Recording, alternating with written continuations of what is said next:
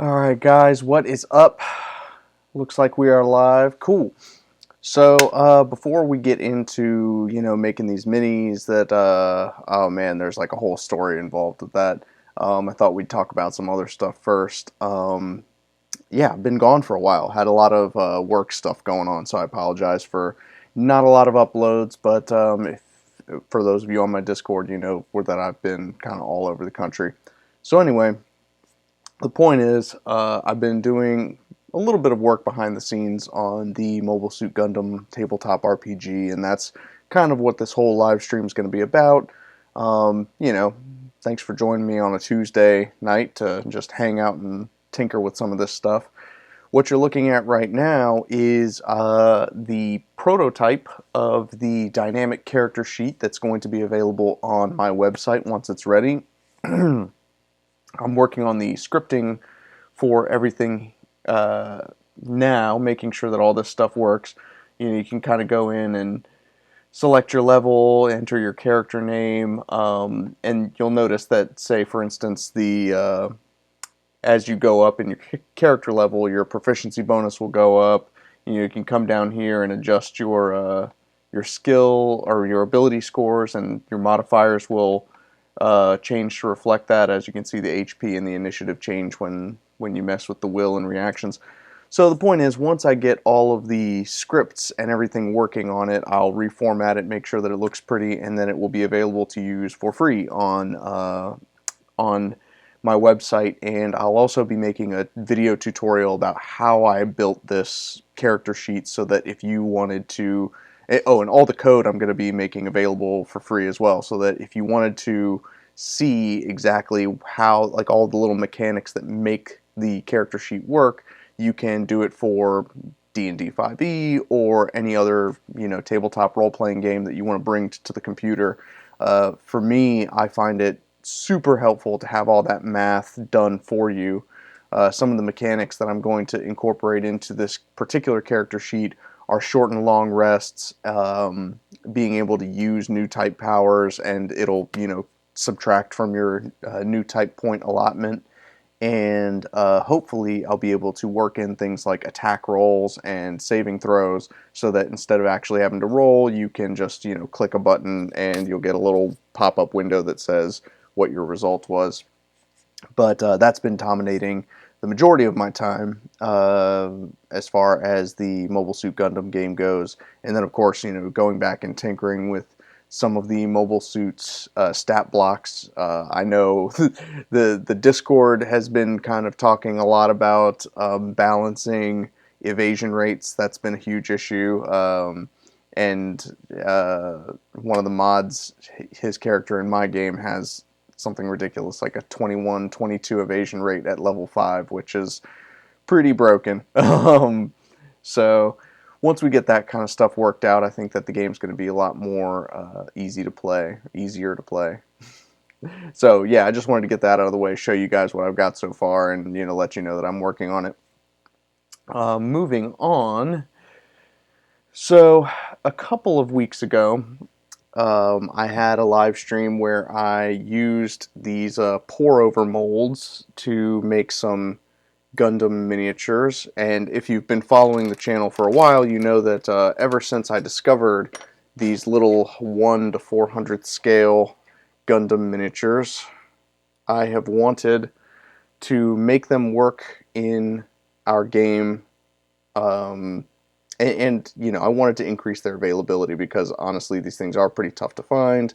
You can find lots of them on eBay. Not a lot, but like lot as in an assortment of them for sale on eBay. Some of the users on Discord have gone out and purchased a bunch of them as well. But I wanted to get a little bit more crazy with it. I wanted to have customizable figures and things like that. So this is my little baggie of failures, or you might want to call them learning experiences. So I've tried everything from 2-part press molds using Oyumaru and epoxy putty, which yielded some decent results, but not as detailed as I think I would like. I think that these would probably be these are probably my second favorite of what we've got so far. I've also tried green stuff in two-part Oyumaru molds, and so this is the result that the green stuff came up with. Honestly, the green stuff I think is a little less detailed, and I don't like the finished product as much as I like the epoxy putty. You can kind of see the difference there. So these guys were kind of a bust. And then I have tried several pour-over molds. Well, I've tried both two-part silicone molds with resin and pour molds with resin, and with varying results. The biggest issue, of course, is that we're getting a lot of bubbles in the final casting. So we're going to try a couple of things tonight. I've made tons of these videos of me making these things and have not uploaded any of them because I wanted this to have a happy ending. I wanted to actually, get a product that I was proud of. As you can see there, particularly in the thrusters on the backpack, there were some bubbles. I see a lot of bubbling in the feet.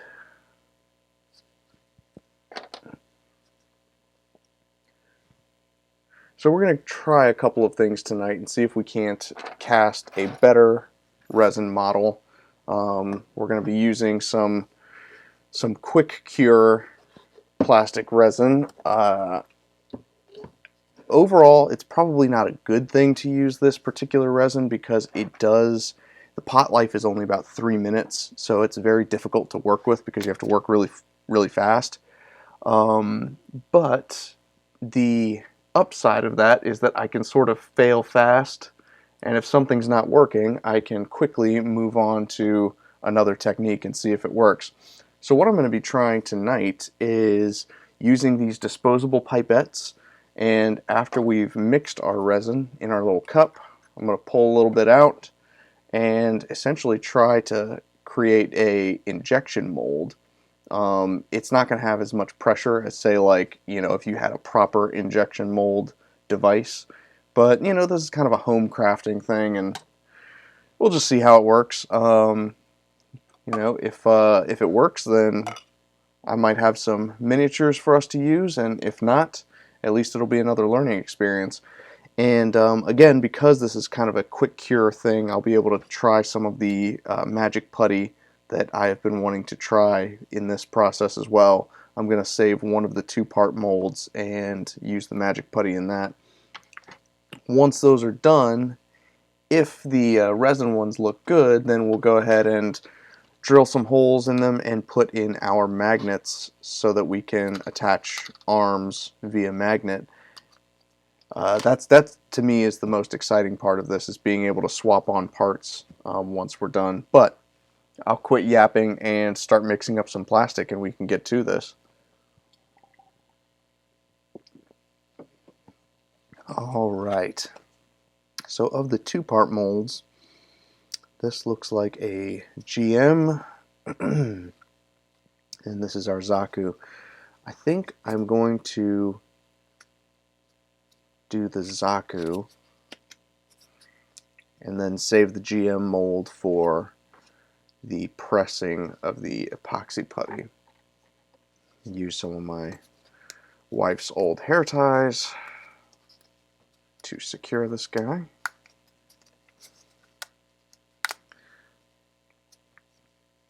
Now, one of the things about the two-part press mold is that I'm securing it with this cardboard so that the mold doesn't get crushed by the pressure from the rubber band, or in this case the hair tie, and that way it's not going to have any weird warping or bending, anything like that, or at least it's going to reduce that. I don't know if I can completely get rid of it, but because I do have to have it under pressure in order for this to work. Let's do our... Now I'm going to prep all of these first, and then we'll get into the mixing of the plastic, because like I said, with that really low pot life, it's going to be hard to work with right away. I'm even debating whether I should not seal this one up right away and maybe use the pipette to kind of get into the little grooves there and make sure that I've filled it up. But I think that if I insert the pipette into one of the footholes, push the resin into it, once I see it coming out of the other foothole, that'll be a good indication that it's actually filled up the inside. But we'll find out. And, you know, like I said, because this stuff cures in 10 minutes, I'll be able to run a couple of different tests and we'll see which one works.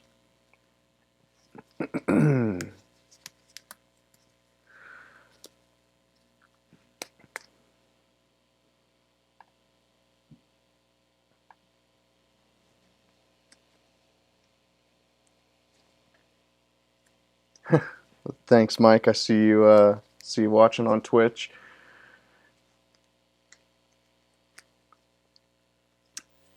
Yeah, there are a lot of tutorials I think you'll find on YouTube about, you know, making duplicate gunpla parts using silicone molds and resin.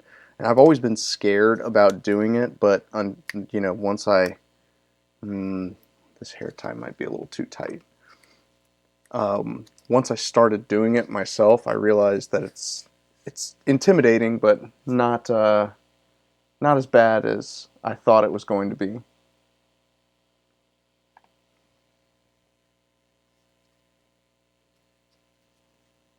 Wow.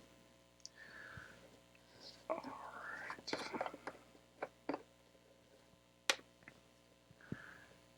And I hope everyone's having a good week so far. We had our first little sprinkling of snow today where I live, so I don't know if that's going to affect the cast time. Oh man. This thing is sealed shut. But it might affect the cure time of the resin, so I'm kind of worried about that.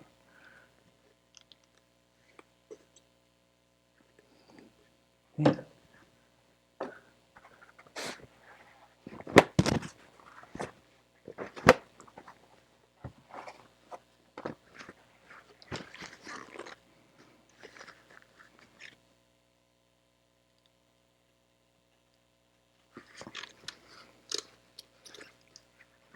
Well, I really hope that this bottle isn't sealed shut. I see that there's some cured resin in here. Must be from the last time we mixed a batch up.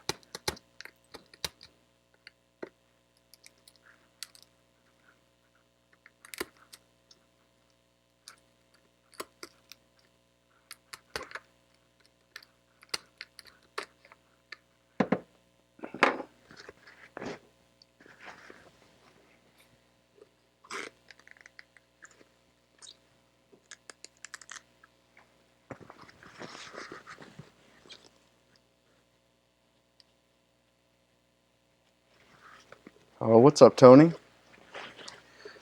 Yeah, I saw that that it was only raining down south.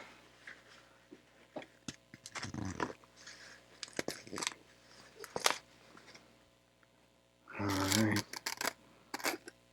Finally broke up all the cured plastic around this stupid tub. I actually broke my gloves trying to get this thing settled, so I need to crack out a fresh pair.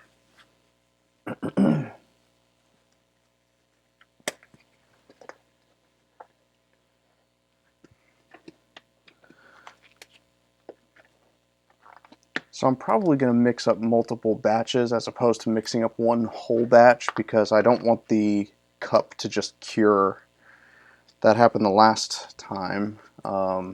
And maybe I'll put together a highlight reel of all my failed resin casts. Yeah, Tony, I was south for that work trip, and now I'm back home.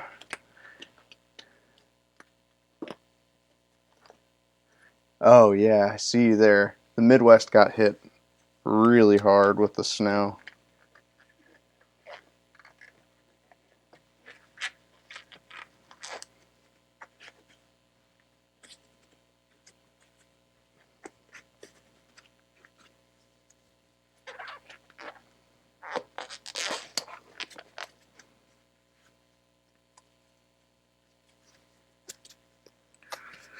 All right, fresh gloves, fresh plastic. Let's get mixing.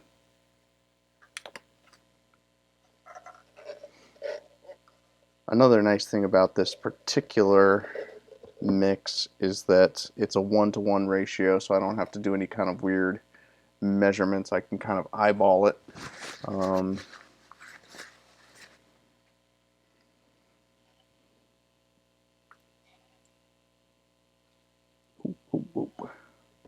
Spilling it everywhere.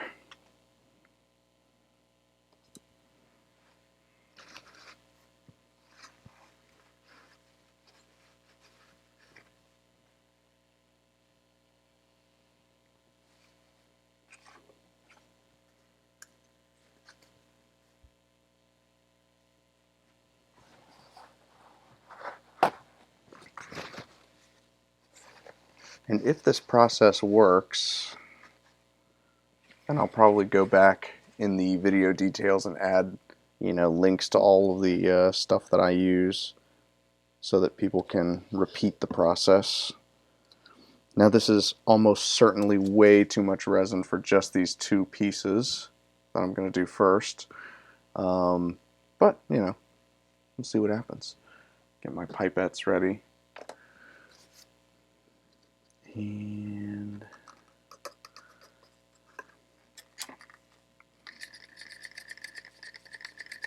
yeah, you gotta work with this stuff really quick. At least it mixes up real nicely. It's pretty thin. So as you can see, comes up into the pipette all right.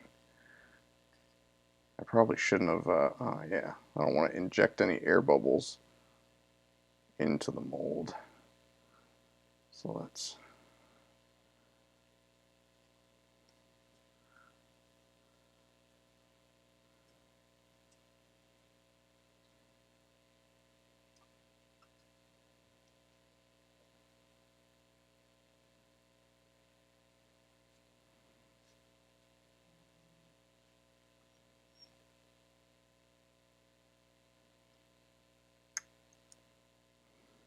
Alright, pull up a little more, get as deep as I can in there, and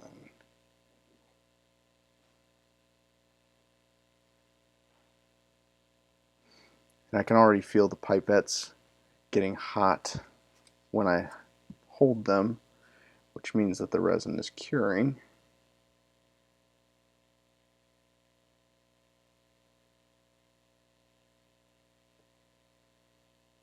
Yeah, I think this will be a better.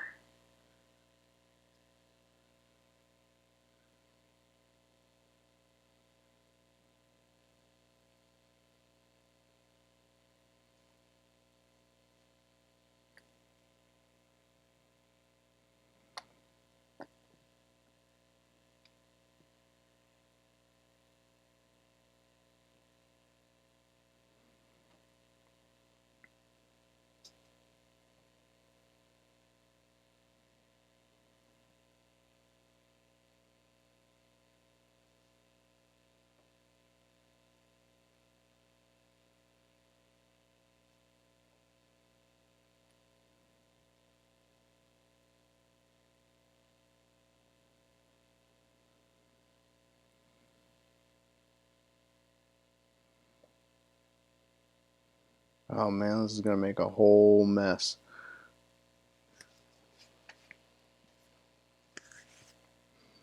Alright. Well, I think I've sufficiently got it all over the molds, and I still have some left over. So, you know what? Let's go ahead and try that other technique that I mentioned while it's still good.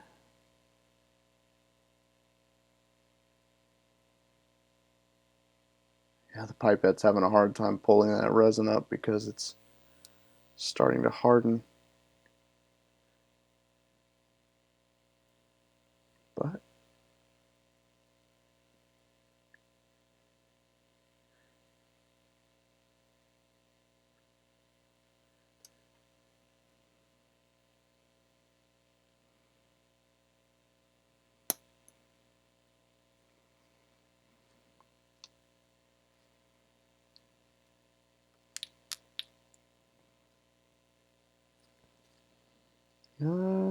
I don't think I'm going to be able to save this one.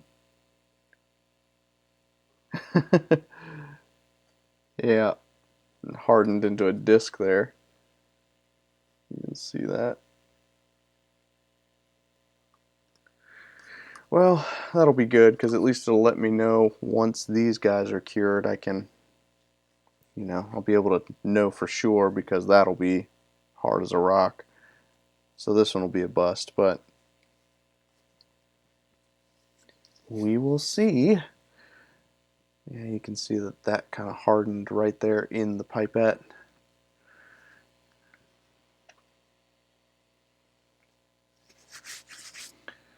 So we're just going to hang out here for 10 minutes, I guess, and if you want to chat, you can send a chat and I'll be paying attention. Yeah, Tony, this particular one goes super fast, which is it's good and bad because, like I said, it's cool that you can do a lot quickly, but it makes it stressful to work with. Now the premium magic putty, I figure while this is curing I can show this stuff. This is just it's the same, A part and B part epoxy putty that that you can get in the big tubs, but it's a lot softer. So I'm wondering if it's going to be easier to get into a 2-part press mold like this. Technically this is the same mold as that, but I'm wondering if I can just use it as a press mold. And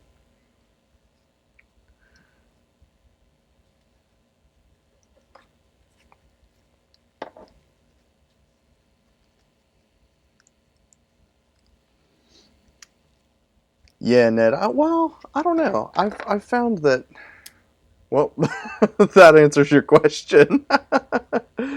Yeah, this one in particular is a little brittle.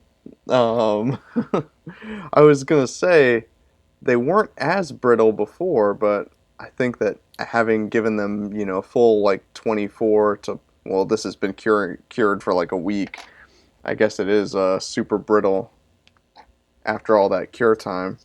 Um, I mean, it makes it easy to break the flashing off of them, so that's cool. But yeah, that's not gonna do. Definitely not as durable as the green stuff, but even that, wow, green stuff's pretty brittle too. I think that the most durable piece we've got here, I don't think I can break the epoxy putty. Yeah, that's a little tougher. But yeah, good question. As it turns out, very brittle.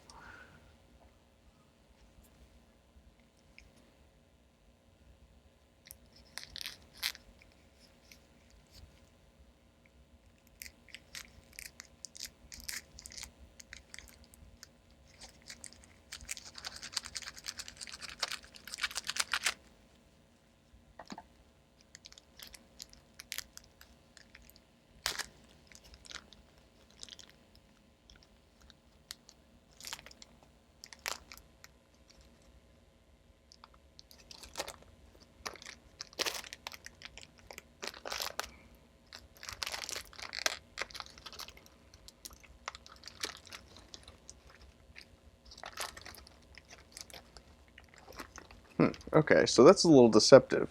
So this putty, when it's inside it, when it's wrapped in plastic, it's pretty soft to the touch, but once I've gotten it out, it actually is a lot tougher than I thought. That's not a bad thing, just an observation. I've never worked with this stuff. It's primarily intended for gunpla purposes. So if it doesn't work for this, at least I can use it for a model kit or something.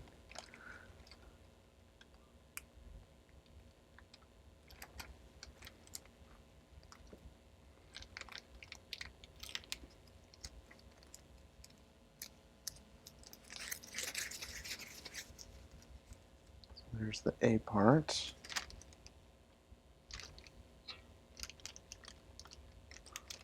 Or it might be the B part, who knows, with this stuff.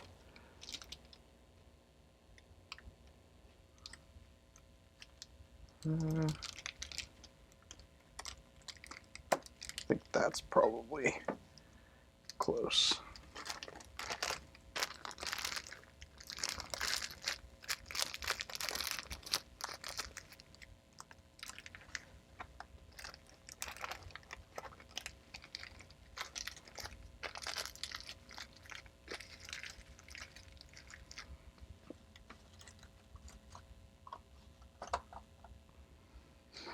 Alright, magic putty.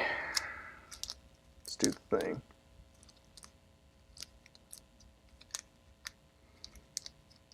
No, Tony, I have not tried the new SD Gundam, the Cross Rays, but it looks good.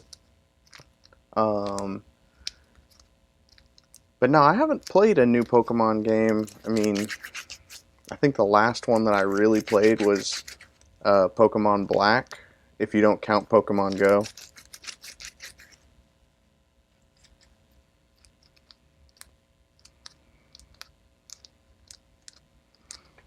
Alright, so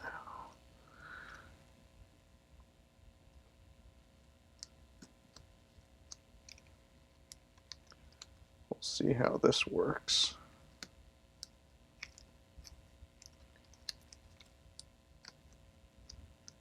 After all these experiments with resin, if this putty turns out to work the best, I don't know whether I'm going to laugh or cry.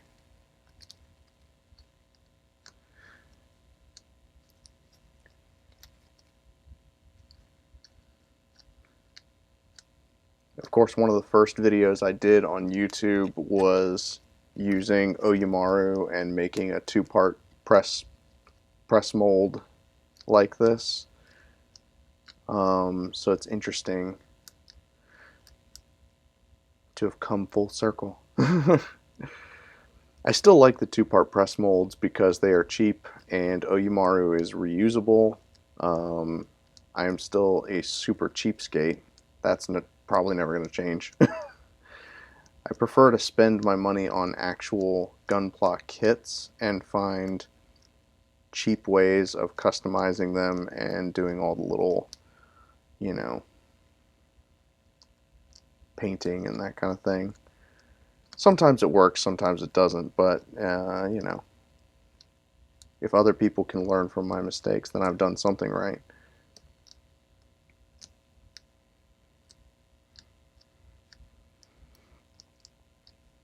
So something I can already say for sure is that this putty is much softer and easier to work with than the epoxy brand putty that I am so fond of using. I don't know how that's going to translate into whether it is brittle or pliable, but price-wise, it is pretty close to green stuff. So that's kind of a turnoff for me. I think this little packet was, oh, I might have to double check the price. I got it from New Type HQ, and of course I used a discount code because there was another YouTuber that had a discount code, so naturally.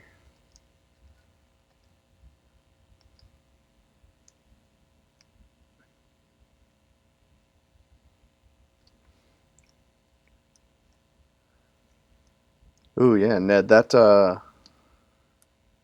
F91 does look cool, and I was not even a big fan of the F91 series, but the kit looks amazing. So I am definitely interested in seeing how that looks once you've got it all built.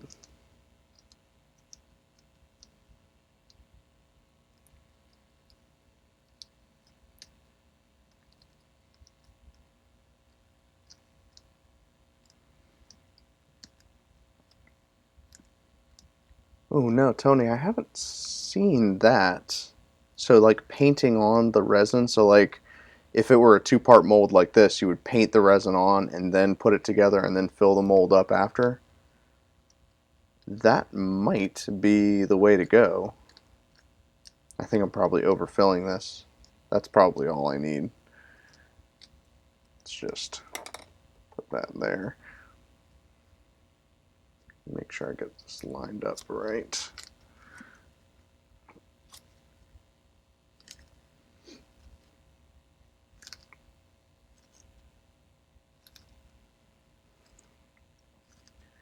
If I've got a cheap paintbrush lying around here somewhere, which I'm sure I do, let's be honest, I will definitely try that paint on method right now and see how it works.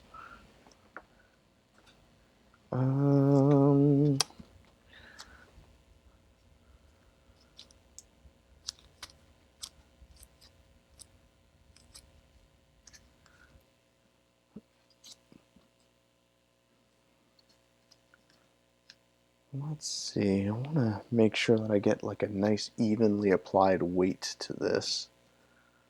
So I might, of all the things I've got here, this putty actually is going to take forever to set.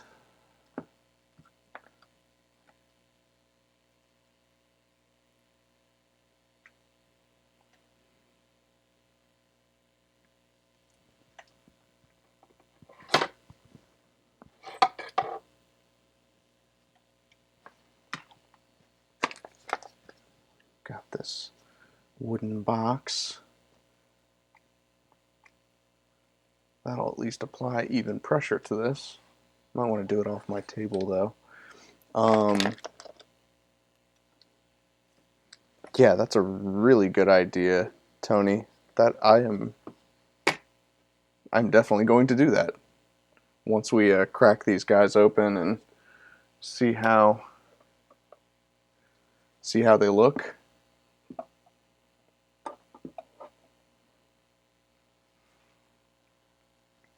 And I think that was kind of the idea that I had in mind when I did this piece.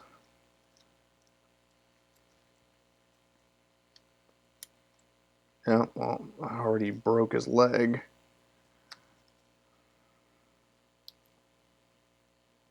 And maybe part of the problem is that these particular molds are a little too complicated. If I break down the models into smaller pieces, it'll be more frustrating to work with, but perhaps they'll... Yeah, I didn't think that this guy was going to turn out anyway.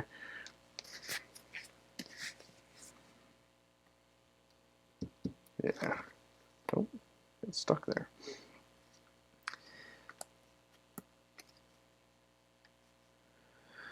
But yeah, if I, because these little models, you know, they come apart into pretty small pieces, and maybe that's why this one turned out so well, is because I did all the legs and arms and everything separately.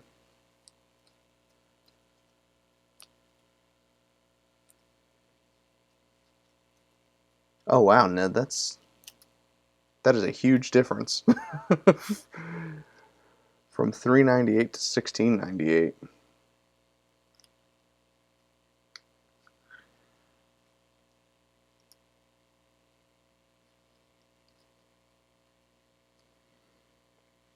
All right.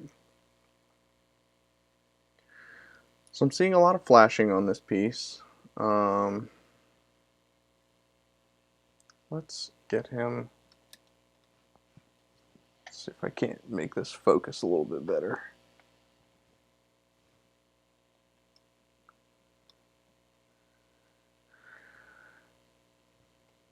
So yeah, like I said, a lot of flashing. The detail is pretty good, but I definitely got a bubble right there on the back. But that's not as big a deal because if you look at the original piece, sorry, tap the camera. If you look at the original piece, there's a gap there anyway. So there's a gap in the mold. And so that's where the backpack would fit on. It kind of gives me a nice template of where to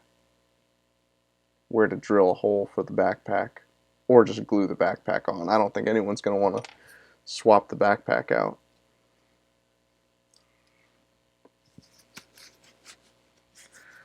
Let's see how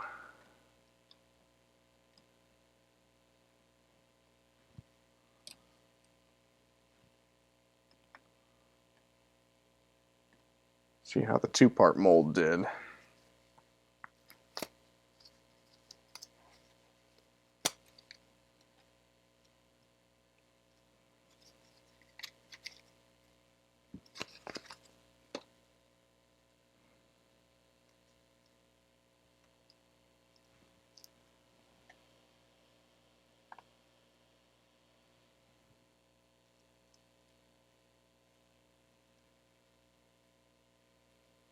All right.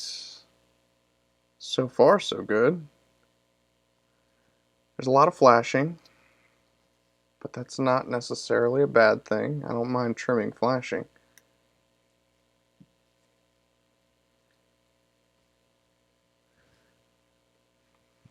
So let's see here. Get this in focus.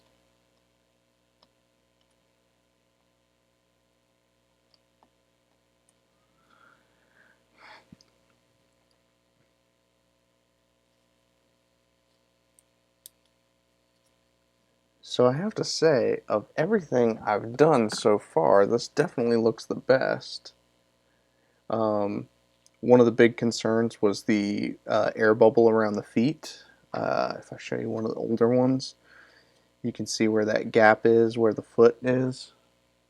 That is not the case on the new one. And let's see, got these little sprues that I can cut off. That's trash. Well, let's get in there with these again. I don't want to cut off the piping on the legs.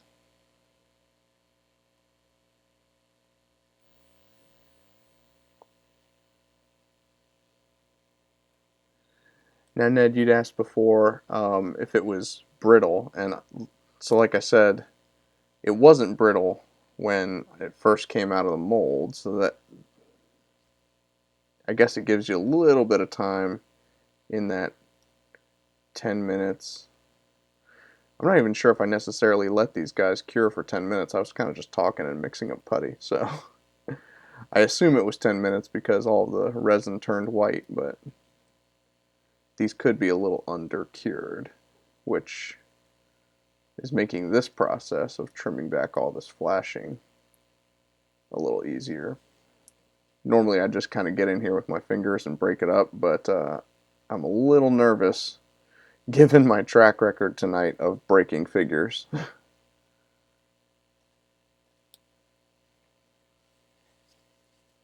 So, nippers it is.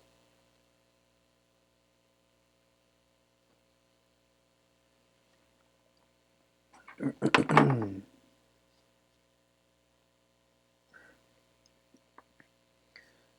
another thing I'm nervous about is that commander spike on this Zaku. I'm not completely attached to it because I think I'm going to make this a mass production type Zaku, so it's not going to have a commander spike on it, but it'd be nice to know that this process can, in fact, duplicate commander spikes.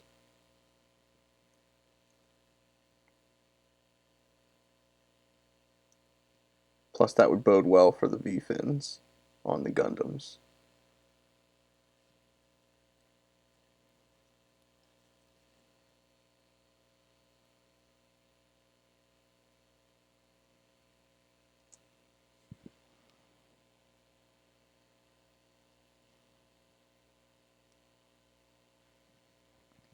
Yeah, trim that down a little bit.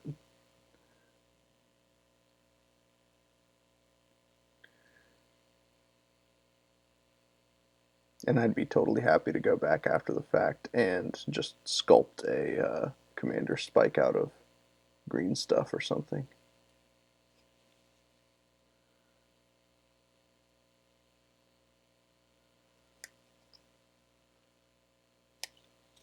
Let's get in here. Sharpen that up a bit.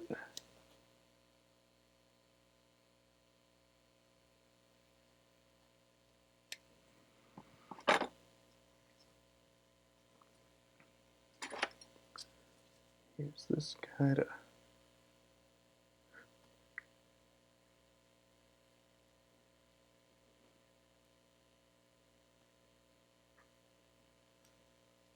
try and punch out the holes.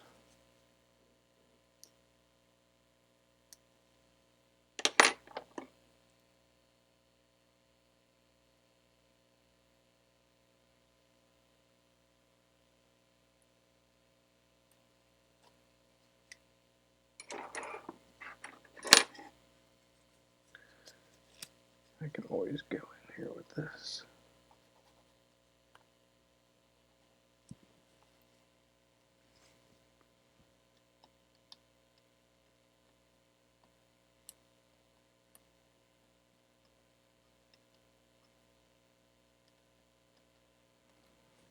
Make sure we're in focus here.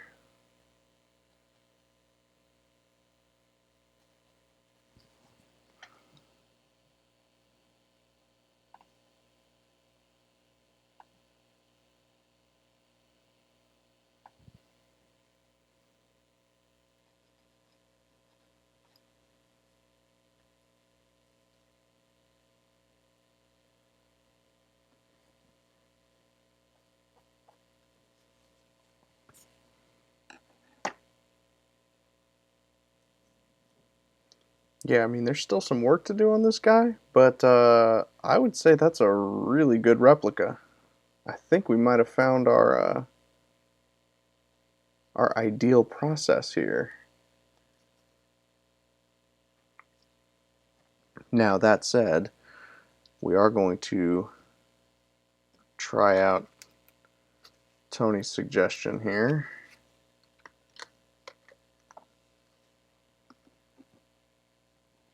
Let's see if I can get a brush.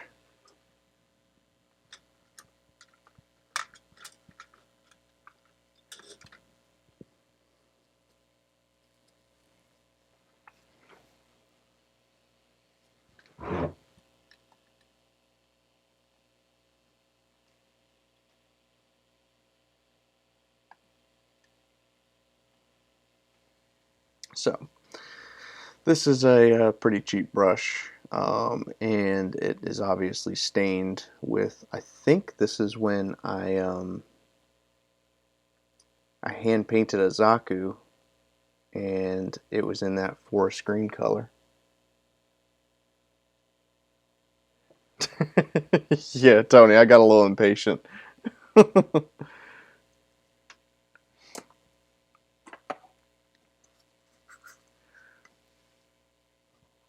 I'm pretty happy with that guy too, so I think I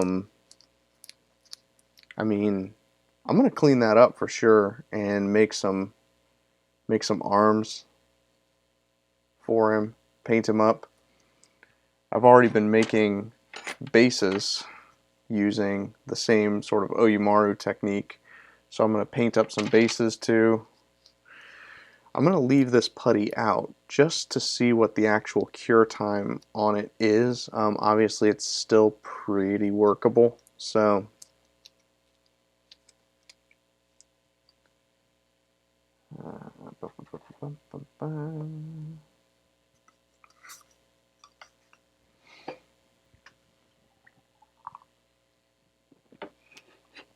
So,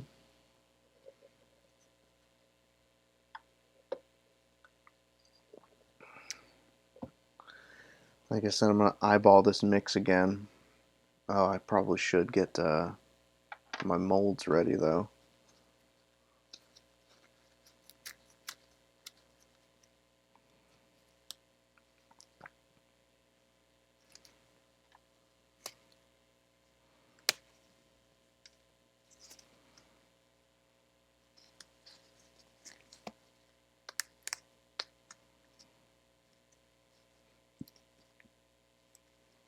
Although, so I think what I'll try and do, let's see, I'm going to cut this mold a little bit to give me a little more access to the inside of it.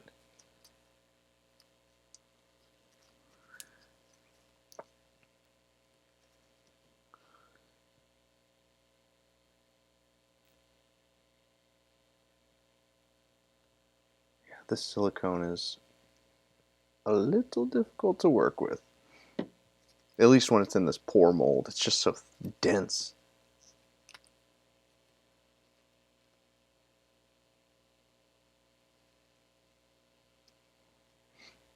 Oh yeah, so the face on the Zaku, it's tough to tell because it's not painted, and so you can't really see some of the finer details. But the important thing is that you can see where the mono eye is going to end up being. Um, and that's probably the most important thing with the Zaku. Obviously, Federation mobile suits tend to have more detail in them. Um, and if I get in with the tweezers here, I can kind of pick off some of this extra flashing. And so that's one of the downsides of the two-part molds, that you're going to have all this flashing where that seam line is that goes around.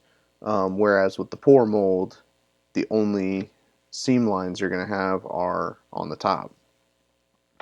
So, you know, pros and cons.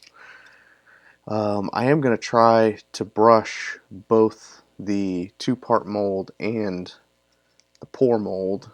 We're just going to see how it goes. Let's just get in here with my nippers and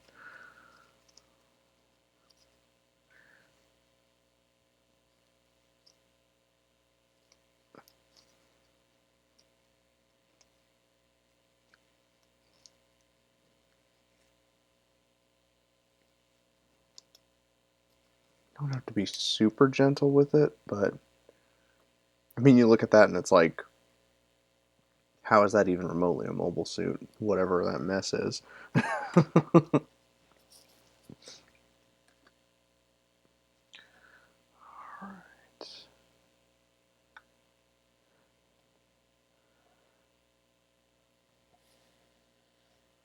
So we've got our two parts.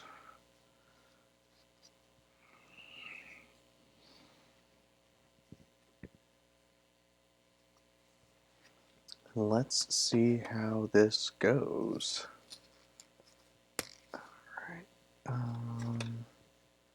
Let's make sure we've got this guy ready to go.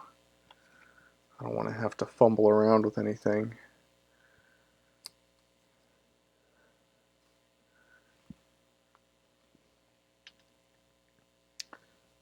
Alright.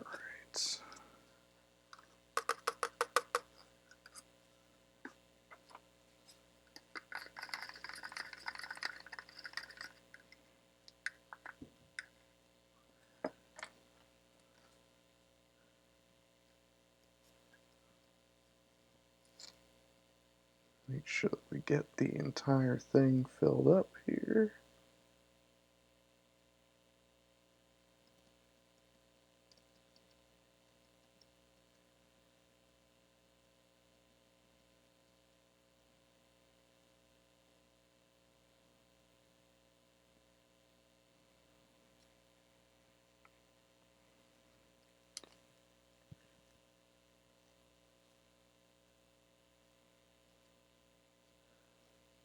This is probably the messiest I have ever been with resin so far. It's straight up throwing it on a paintbrush and just going to town with it. But you know what? If it works, then I'm gonna buy all kind of junk toothbrushes, junk paintbrushes to do this process with, because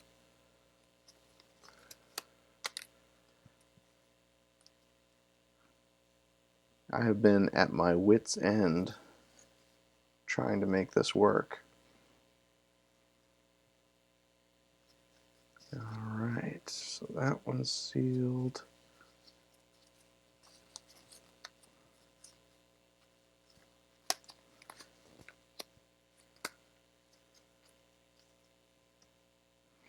And you know what? Why not?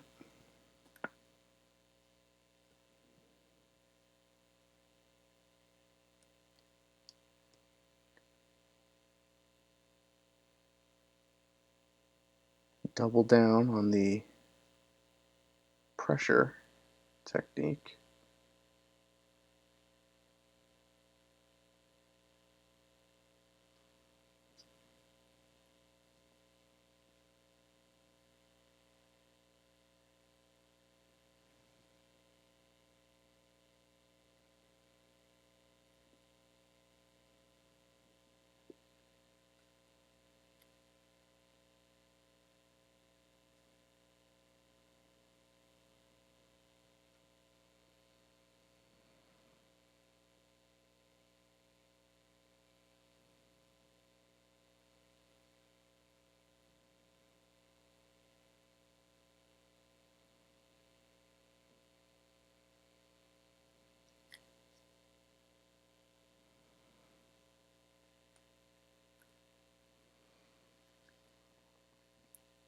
So one of the things that I'm doing is before I pull the pipette out of the mold, I kind of pinch it off so that I don't accidentally suck out resin and then let air back into the hole that I was just filling.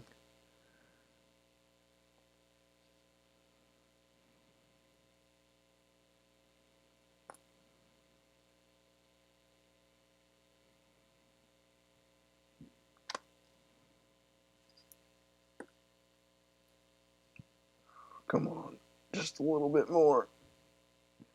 As you can see, this cup is curing as we speak.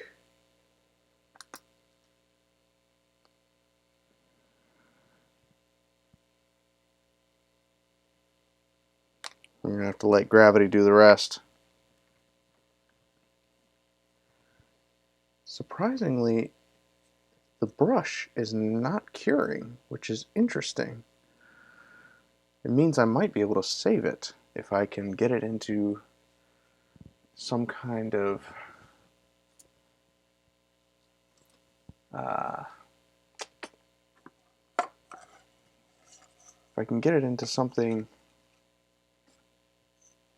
some kind of thinner, I might be able to save the brush.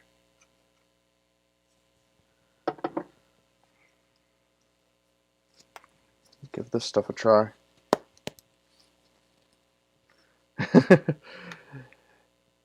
Yeah, 3 minutes is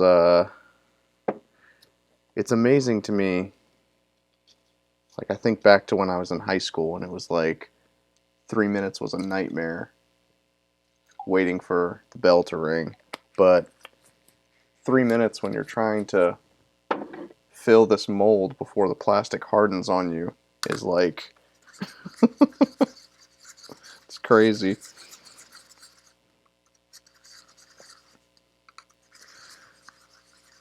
So I might have accidentally just created mustard gas by pouring this thinner and trying to save this brush. We'll find out.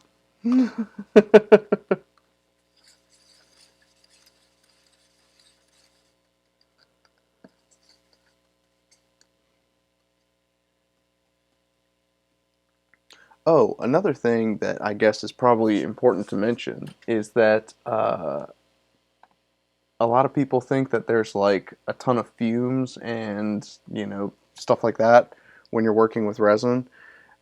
This stuff, maybe it's just because it cures so quickly, but I have never encountered any smell, any fumes, nothing like that. Now maybe I'm just like brain damaged or have anosmia or something, but I've never noticed it. And my wife doesn't complain about me doing it in the house. So that to me says that there's no toxic fumes from this particular brand, the Smooth On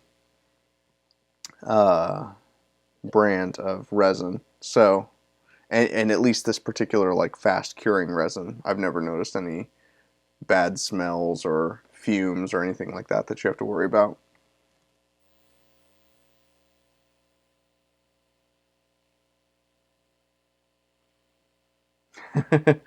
Yeah, Ned, you are an absolute mad lad working on the late UC stuff. Now, I think let me pop on to Discord real quick because I'll tell you what. Um, we do have a Laplace's box campaign, sort of, that is what we were using for the Ghosts of Xeon mobile suits. So there's a lot of stuff in late UC, at least 0093 to 0096, that we already have some stat blocks for. But if you're going like F91 or anything post 100, then we probably don't have anything ready yet. Um,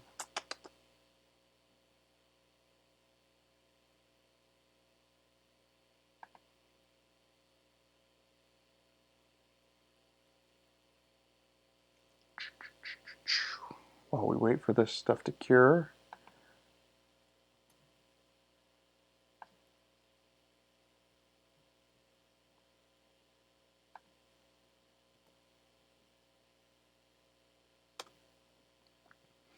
There we go.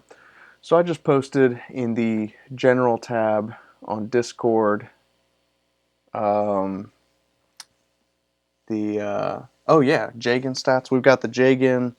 Meatman actually put together an awesome little random generator that we are planning on using in case anyone loses their mobile suit for any reason. This was a good idea on his part to put together sort of a random assortment of mobile suits where you roll a d8, and depending on the result you get, that's the random mobile suit you get. And so there's like lots of mass production mobile suits like Jagan's, Gustav Karl. I didn't let him get away without adding the Gustav Karl. What are some other ones that we added? The Rizel, stuff like that.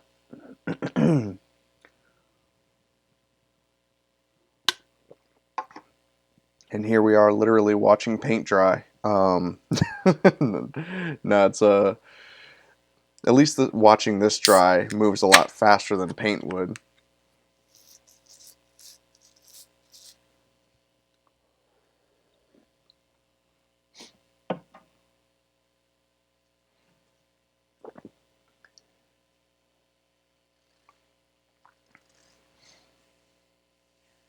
Oh, what's up, Zaire?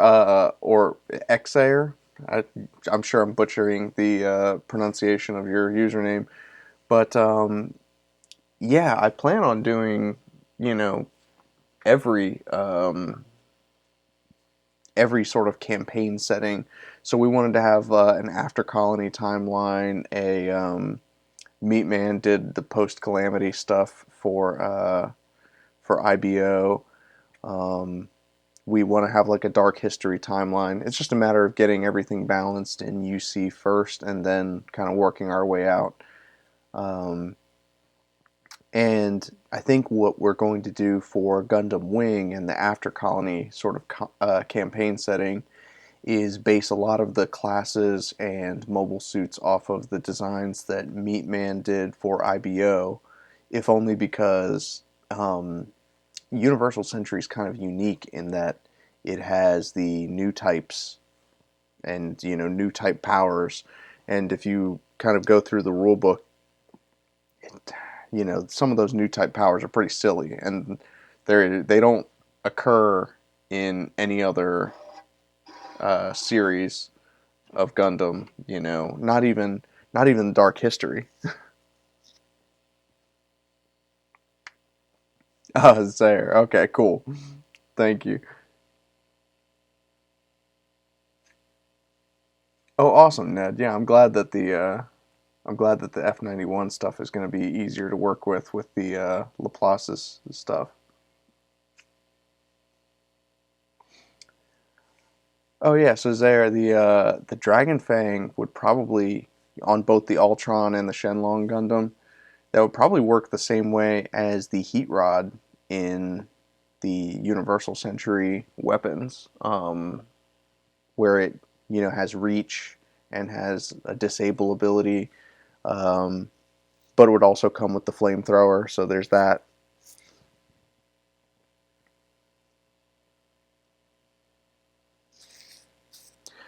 Innovators are similar to new types, but I would say that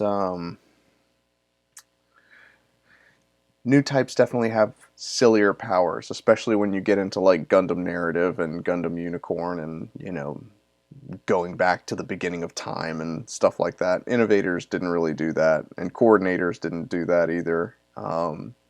Zero System doesn't let you do that. So yeah, I think that as far as like the Zero System, it's going to be very similar to the Alea Vignana that Meatman did to Alea Vignana using classes.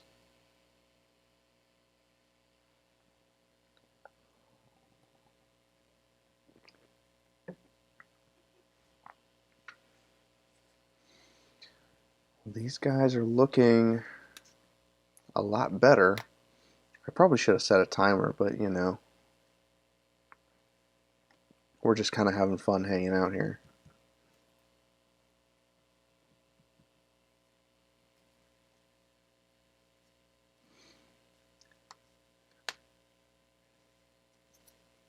Now this is not a good sign. I think that I probably should have let it cure a little bit before I sandwiched it together, because I got a little bit of spill out, which isn't a bad thing. I mean, it doesn't matter as long as the mold is filled. Then,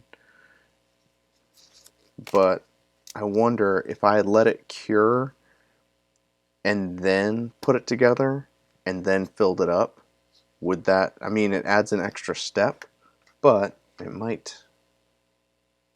could get a better result. Oh wow.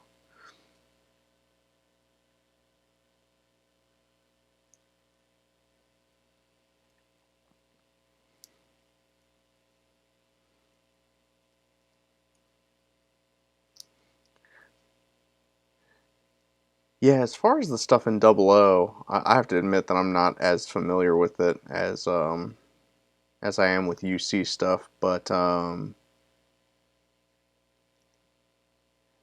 yeah, I think that innovators and coordinators are probably closer to new types um, than like the Alea Vignana or the Wing Zero system.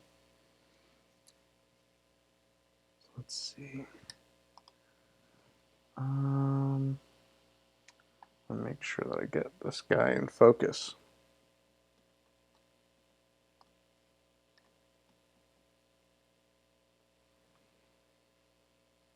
I am very happy with the detail on this guy. I mean,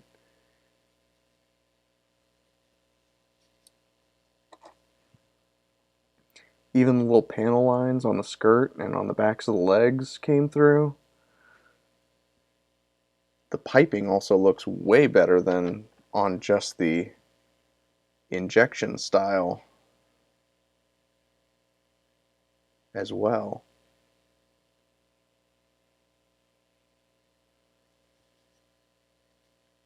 So Tony, I think you might be on to something.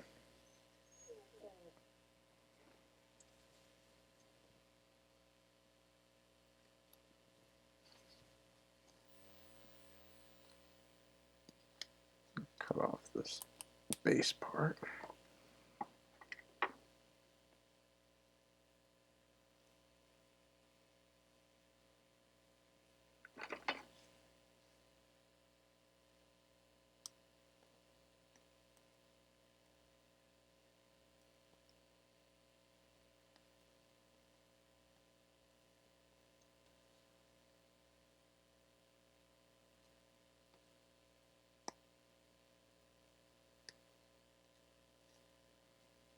Yeah, like I said, next time I do the paintbrush technique, I would probably let the shell, like the outside of it, cure first, and then put it together, fill it up with resin, and I mean, the resin will stick to itself, so even uncured resin will stick to cured resin. So I think that that might be the secret sauce, because obviously the flashing on this turned out to be a lot thicker than just the injection.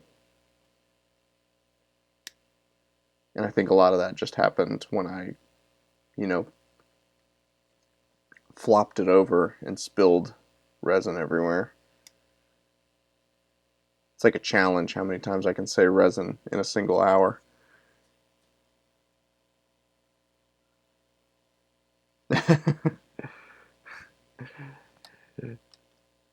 Yeah, no, Tony, that's my fault. This is a manual focus camera, and I use it specifically because I didn't want like an autofocus bouncing in and out. So, just hit me with a F in the chat if you see the focus go out, and I'll adjust it manually.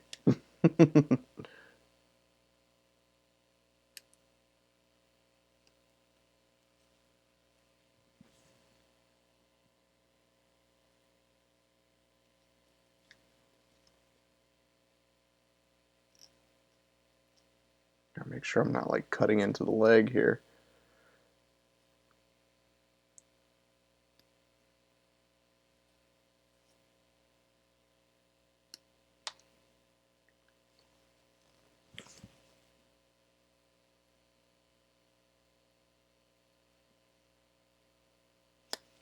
Be very delicate around the commander's horn, commander spike, whatever you want to call it.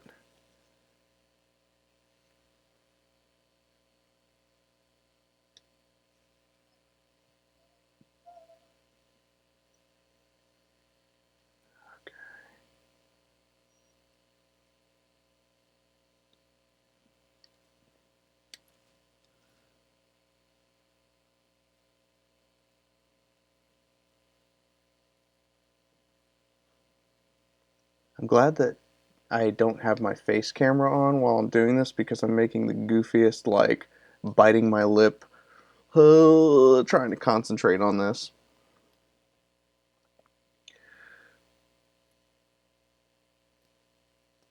So yeah, I think by far this is my favorite result that we've gotten.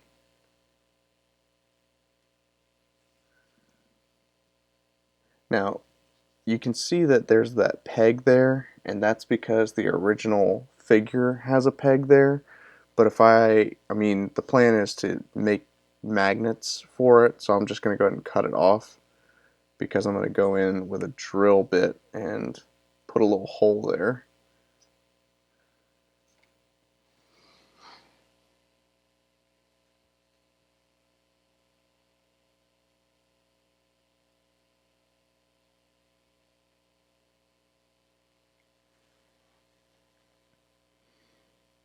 Oh, that's a good point, Ned. I didn't think about all of that. So he'd say that late double O with the fangs would probably be around double zeta levels of UC, but most of the stuff Quanta did in Trailblazer was thanks to the quantum system like teleportation. So yeah, that's the tough thing is that some of it's technology based and some of it's you know superpower based, if however you want to phrase new types versus coordinators versus innovators. Um,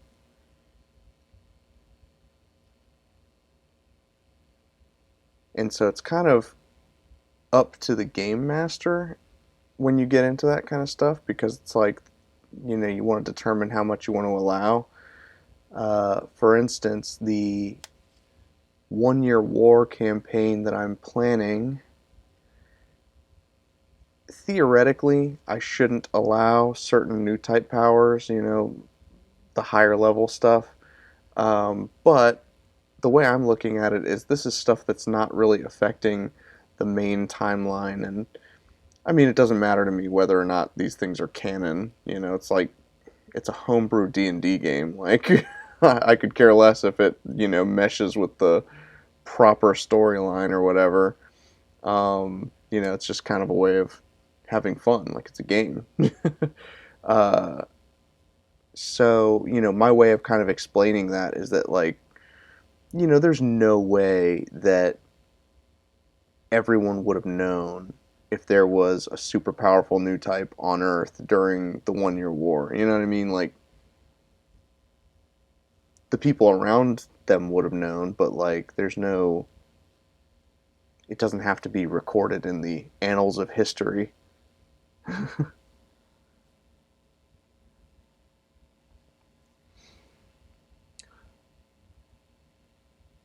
Oh, Ned, yes, Zeta did have funnels. The Cubile had funnels for sure.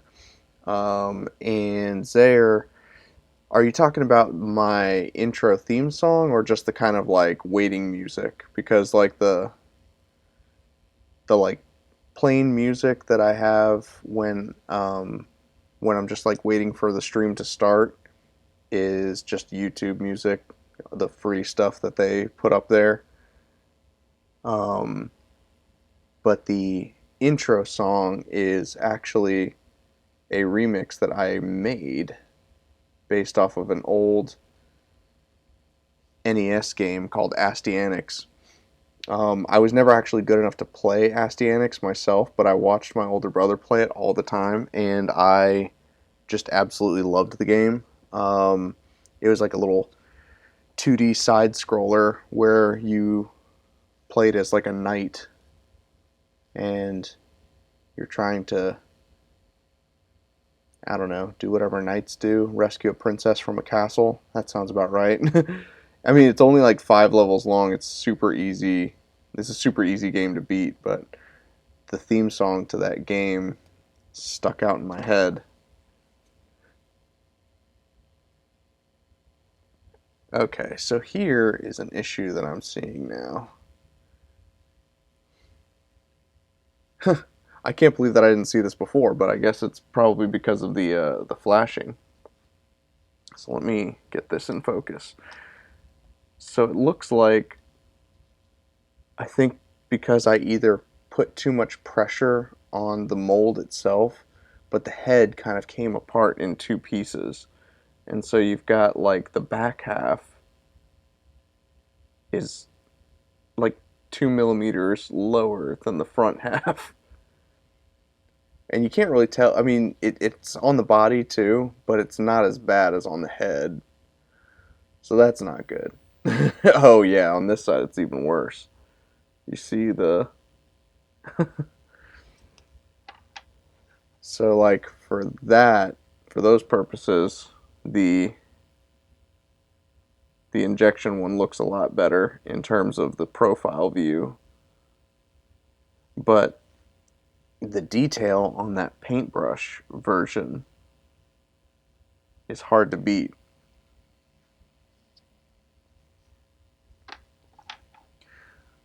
So, let's see how the paint technique worked in the pour over mold.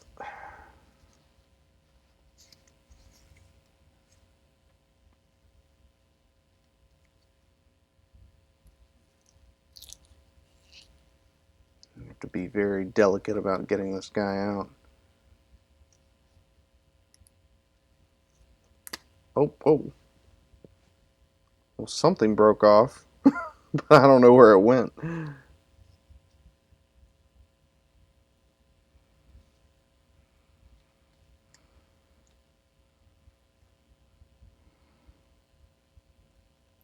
All right.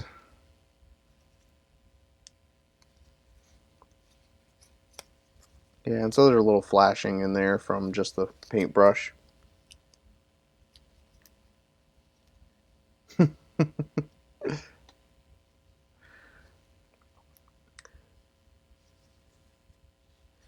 So, didn't work as well on this one. As you can see, we've got some bubbling going on in the face. But I mean, I think that this is just a poor mold because obviously you can see that, like, gravity-wise, he was like leaning forward and not perfectly straight, standing up straight. So, like, if you look at this one, when I poured the resin over top of him, he was standing up straight. This one, he fell over when I was pouring the resin, and so he fell to the side. I thought maybe I could salvage the mold, but it looks like it cost us in terms of the details. Um, And it's a shame too, because like, I mean, if you look at the backpack details are incredibly good.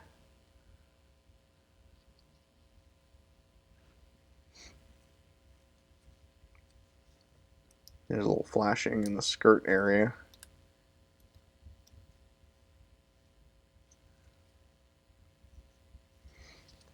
Now, unfortunately, with these tiny figures, the shoulder spikes always kind of look nubby.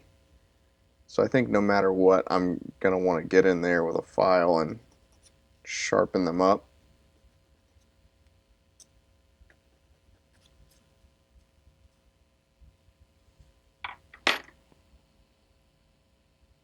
It's a Saku wearing a Commander Saku costume. That's a good one. That's a good one, Ned. It's like a mask.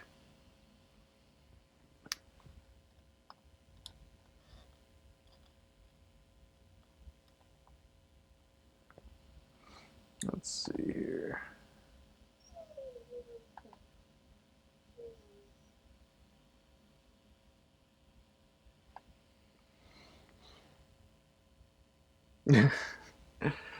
Yeah, Tony, this guy,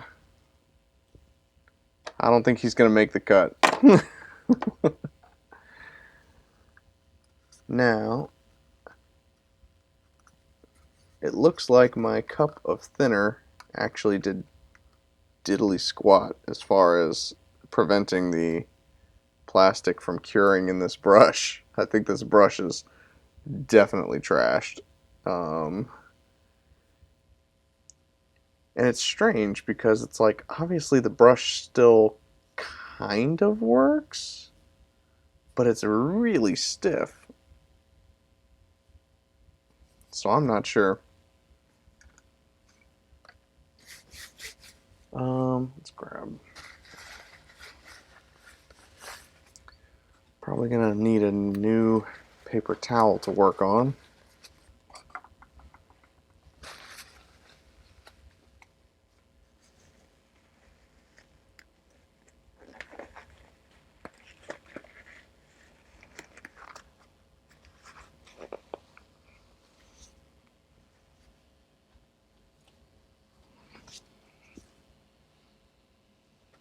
Honestly, the only thing giving off fumes at this point is the thinner that I used.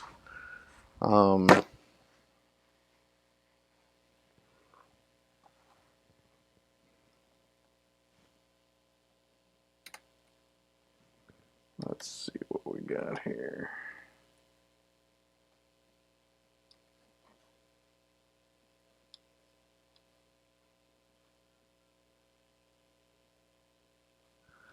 Get that back in focus.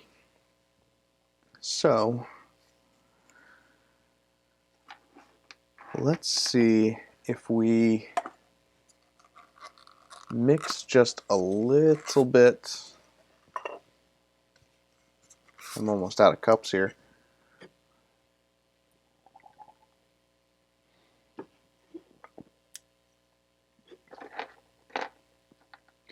Well, so far, we've got our Pretender Zaku, we've got our decent Zaku. I probably should have brought like post-it notes or something to make sure that this all stays in order. I think I am ready to write off the pour-over molds. As much as I like them, I just can't seem to get a good result out of them. Well,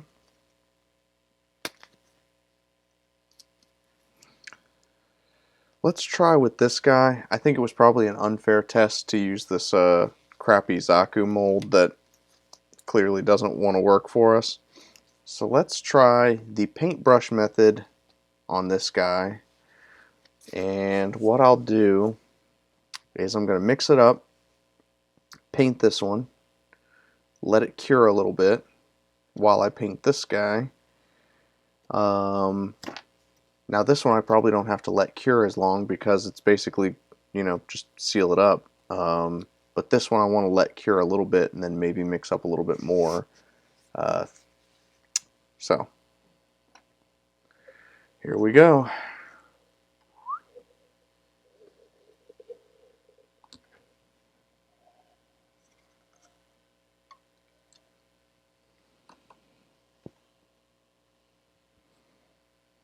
this one.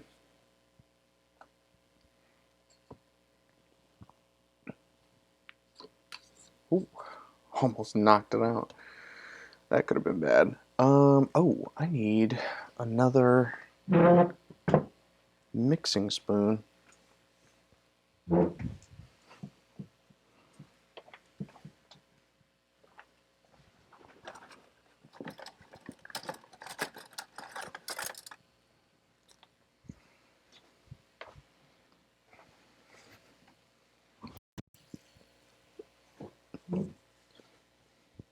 I think by far my biggest complaint with the resin mixing process is that it creates a lot of garbage, like, and it's not exactly recyclable stuff. You know, I'm not a huge environmentalist, but like, I don't like creating trash for no reason. So it kind of bums me out that this stuff just sits. Um, I would definitely prefer if it was as recyclable as the Oyamaru, where it's like that same batch of Oyamaru will last you forever.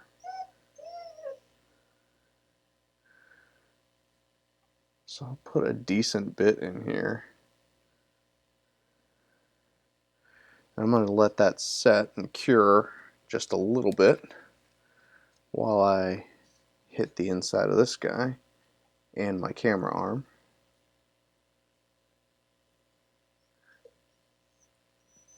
Man, this stuff's going to get everywhere. Alright.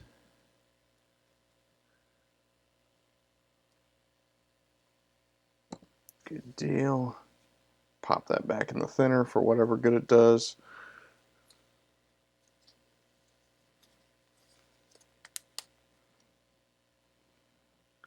Do our little injection mold process.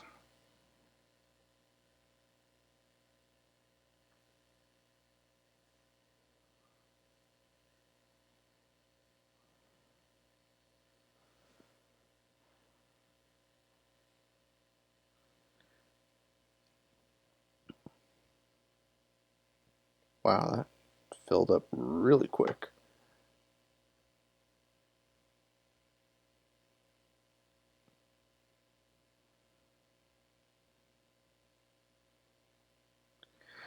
See, now that's a good sign that there are bubbles coming out while I'm forcing this in here, because it indicates to me that there were air bubbles trapped in there, and then as I forced more resin inside of it, it broke that up. I just don't think that this is cured enough to want to close it up yet. So I might have to wait and mix up another batch afterwards.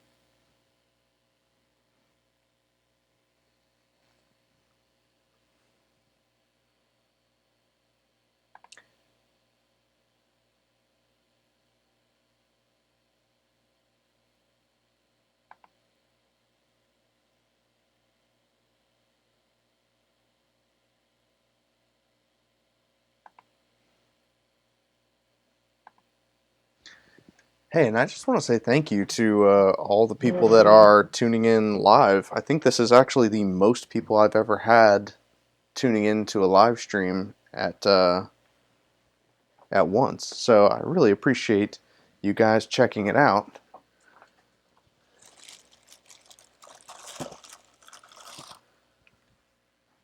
I'll still leave the video on demand up later, but you know,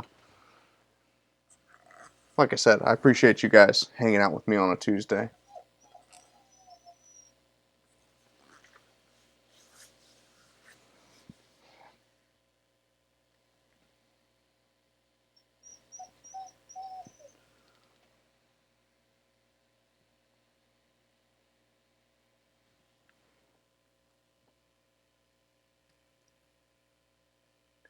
So this is nuts. It's actually taking longer for this particular batch of resin to cure, which is interesting. I feel like it cures faster when you're like messing with it.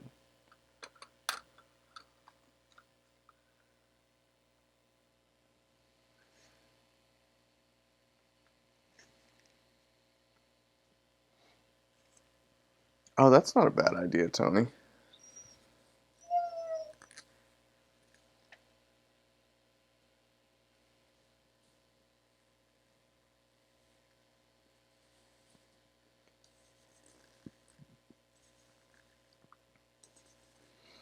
So what would you do? How do you reuse the silicone as filler in future molds? Like, do you have to grind it up first somehow? Like run it through a food processor or something to break it up into sort of fine pieces?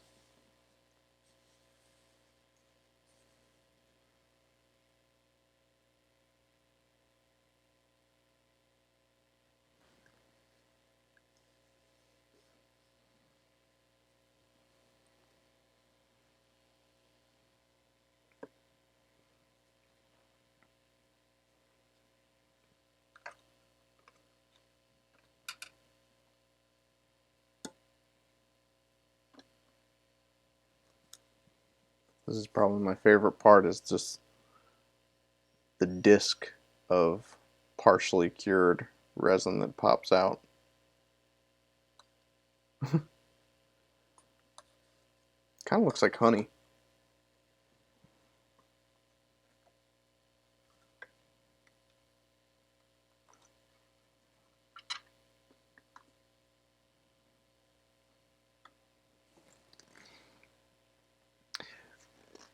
But yeah, Antonio, to your point, I actually do reuse like old epoxy. Um, I grind it up into dust, and and then I'll use it as filler in future epoxy molds that I make. Uh, so that's one way that I try to reuse materials.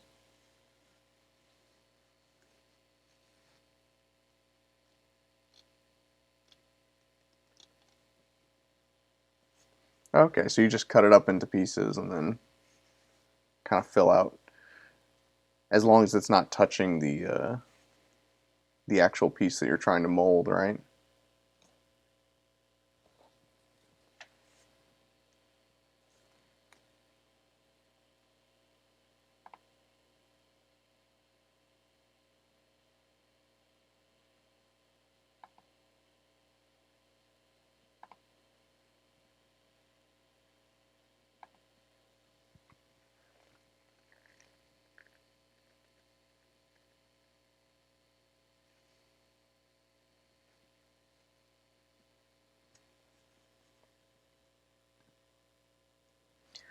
So it's really strange. It's like the painted on resin is like not curing as quickly as, that thick chunk of it did.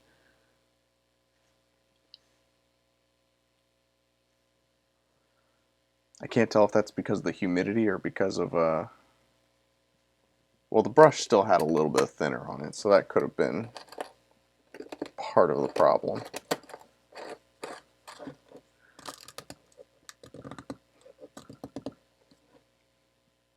Gosh, silicone molds are awesome though. It's like don't have to wash them in between. I suppose while I wait for these guys to cure, I can clean these guys up a bit. I think I might be able to, well, let's do this real quick. Just get that out of the way. I might be able to salvage this piece if I sand the head down a little bit, just to even it out, maybe.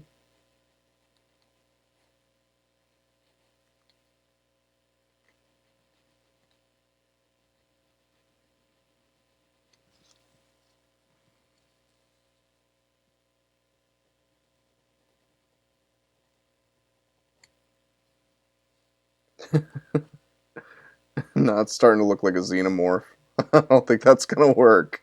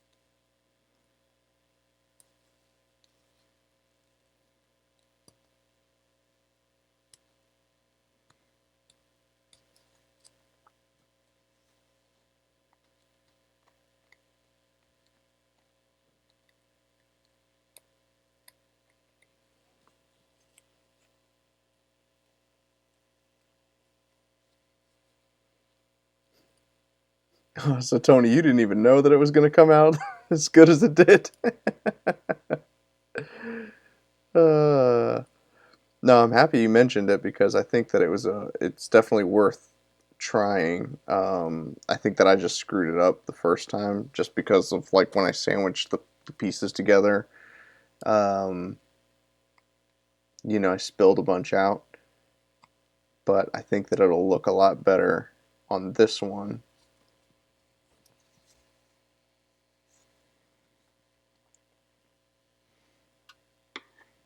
Yeah, I don't know if I did something wrong with this batch or something because like even even the resin in the pour mold is not curing as fast as it did before. I'm sure that it's probably just because the brush still had a bunch of thinner on it, and so it's like it's working against that.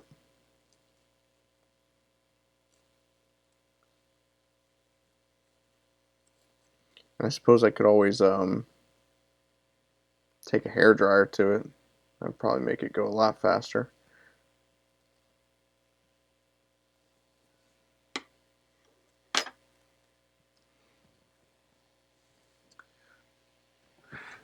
Yeah. One of the things I've been going back and forth with, and I think it'll be good to get some feedback and opinions before I make a commitment to one decision or the other. So, this is your standard 28 millimeter base. Oh yeah, that's the Sleepy. This is one of the minis that I cast in resin.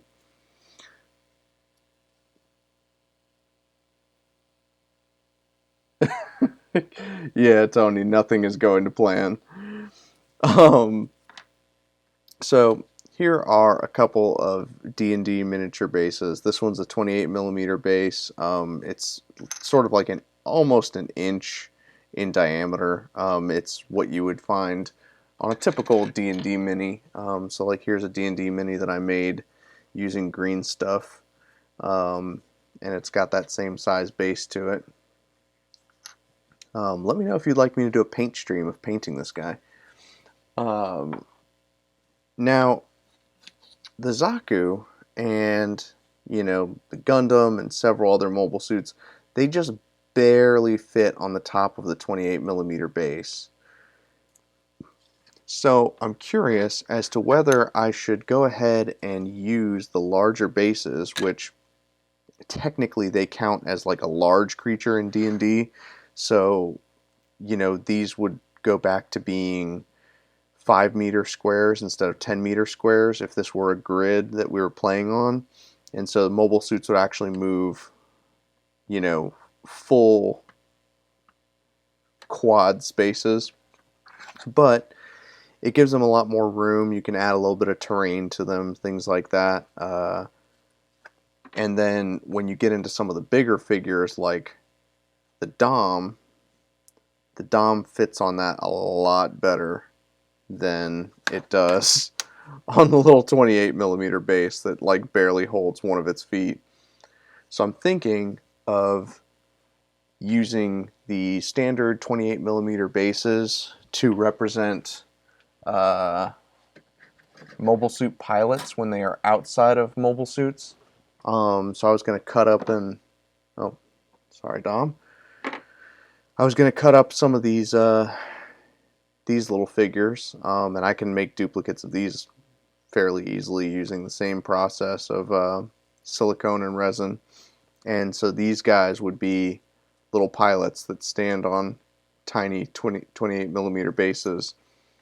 And they're, obviously it's not quite to scale, but it's pretty decent, actually. I mean,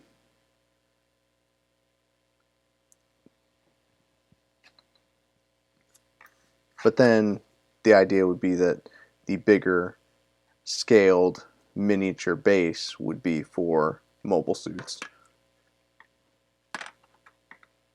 I think it works better that way. And that's how I plan on doing it, especially, if I plan on putting like a little terrain on that, like, grass, or I don't know what I'd do for like colony parts. If I just like put some, I don't know, machinery on it or something. Just stuff that I was thinking about.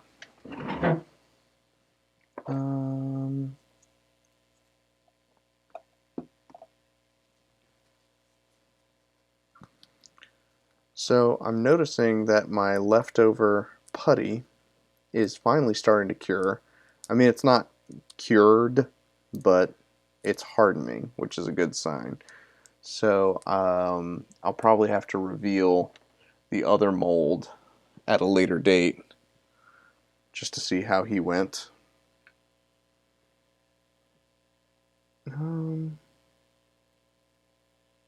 What do you think? Is it worth sealing this guy up?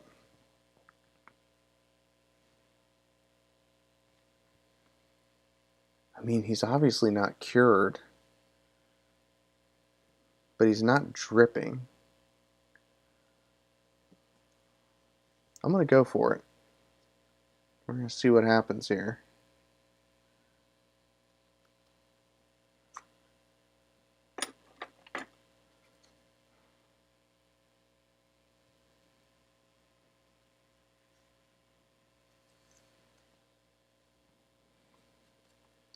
See, in those registration marks, oh, well, I just sealed him up and the other one's closed, so I can't show it to you.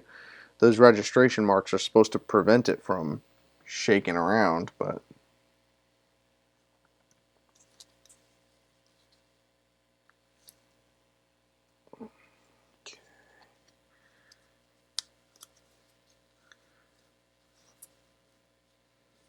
I have to admit that I'm really nervous on this one because of the cure time taking so long. I don't know when this is going to be finished curing even after I pour in more resin. So, oh, why did I close these? I'm such an idiot.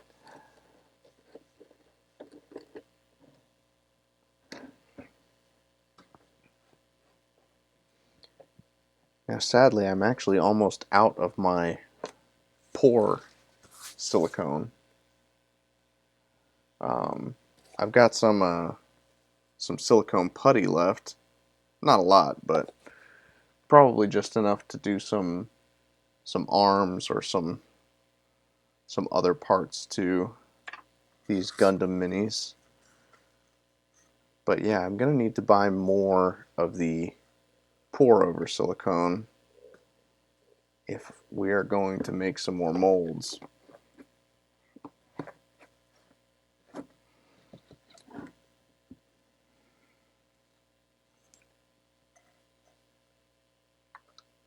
The nice thing about the silicone molds, of course, is that they can be reused lots of times. Alright.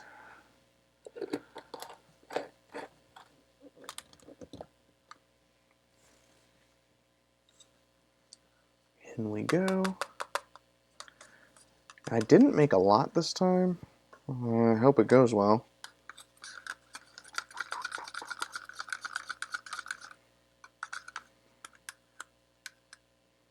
But let's face it, I've been making way too much with every single batch, so this is probably the first batch that I'm making that's not going to be way too much. Alright, and in you go.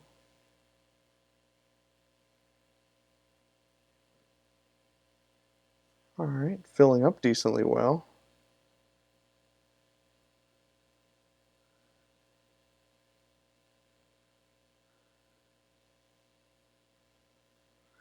I see some bubbles came out.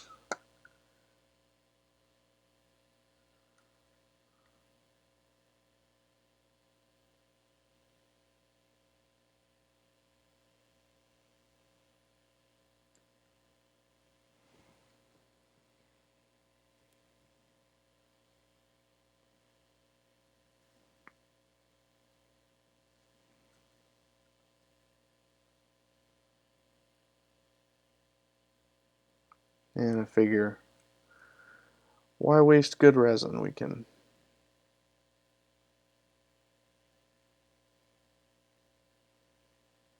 fiddle around with this and see if we can't make this mold work. I didn't really give this mold the proper college try.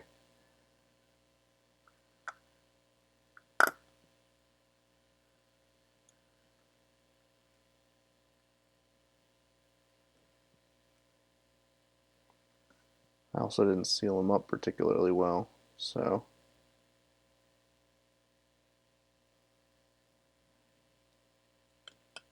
ooh. Get back here. I wonder if we can. Oh. We can use the original device that we used to make the mold in the first place. See if that works.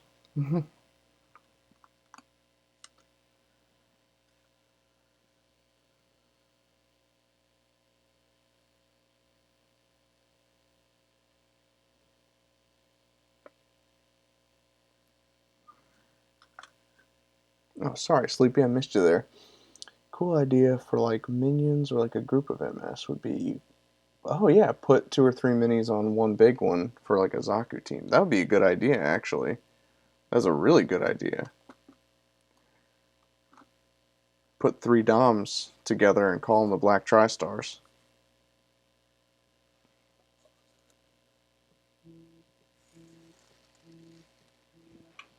Oh, just a second. I will be right back.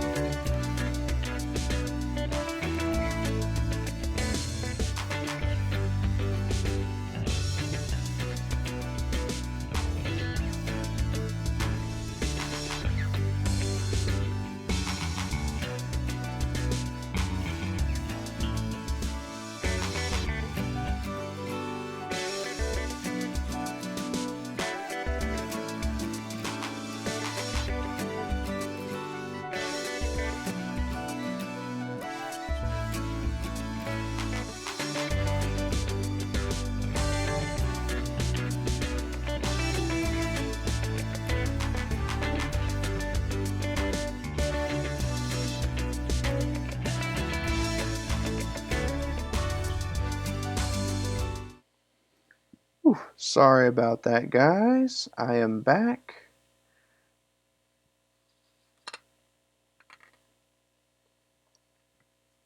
Oh yeah, Isaac. Let me know how how that goes for you. Um,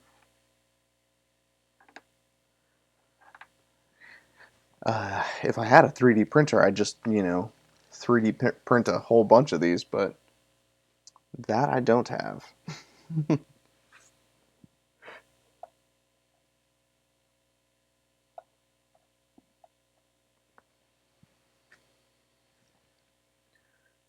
And again, I'm seeing that this resin is not curing as fast as the previous batches did. But we'll give it a few more minutes and see how it goes. Then I probably gotta take off here soon.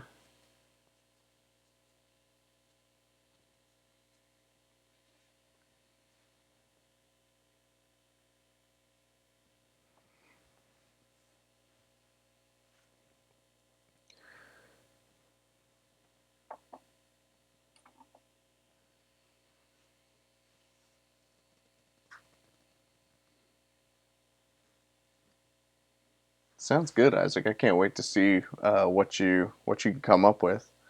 Um, these are just all of the sorts of techniques that I've learned over the years of making gunpla parts and watching YouTube tutorials and things like that. And some stuff I some stuff worked well, some stuff didn't, and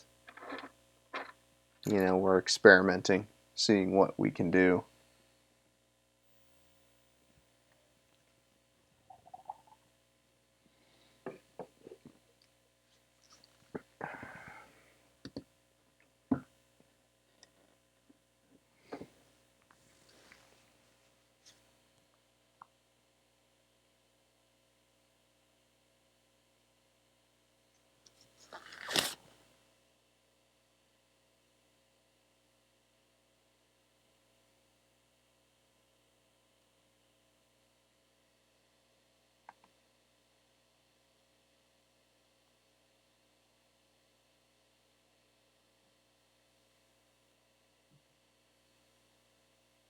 Hmm, that's weird.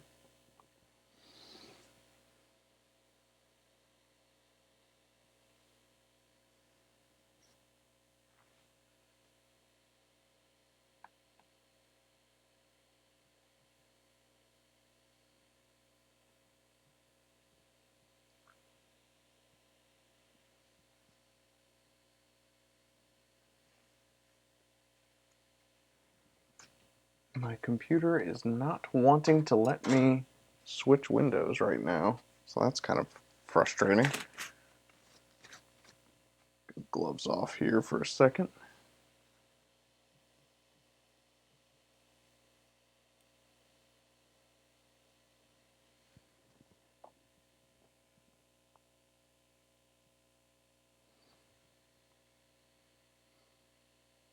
Ooh, okay. Yeah, Easy Mold's good stuff.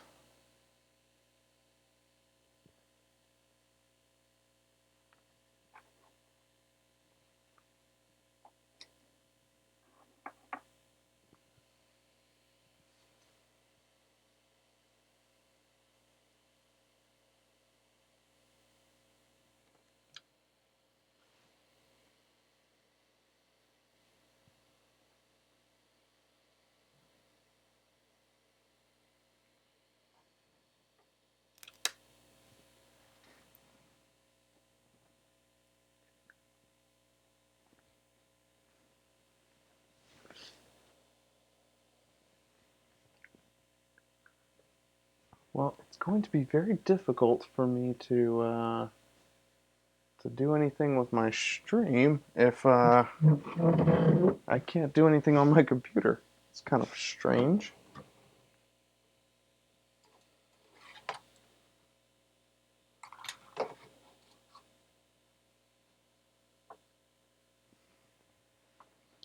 Let's see if I can't fix this.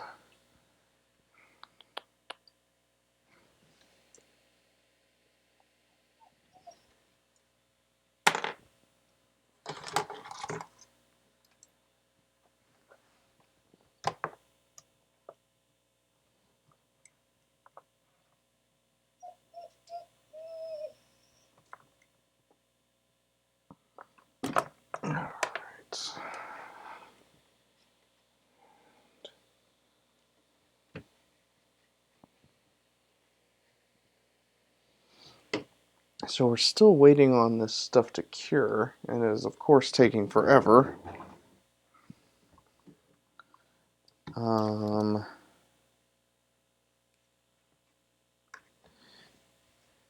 the meantime, I feel like I need to attach a new mouse to my computer or something because it's not wanting to accept any of my commands at the moment.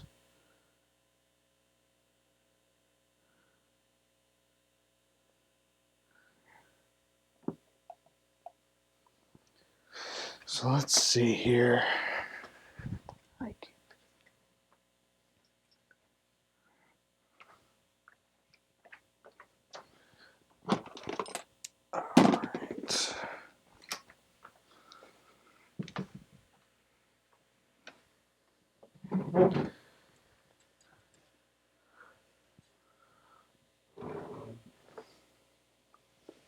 While we wait on this stuff to cure,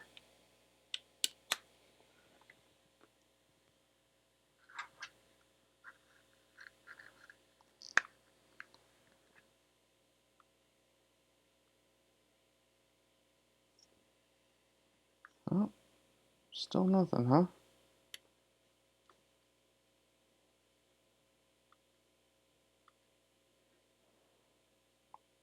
My computer is just frozen, so that's cool.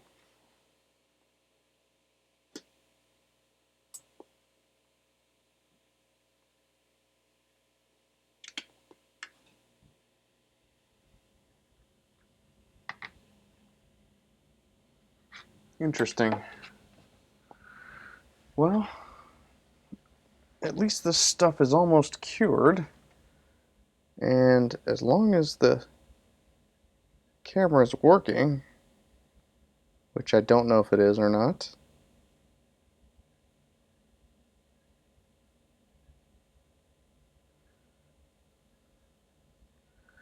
let me know if this is actually rolling or not.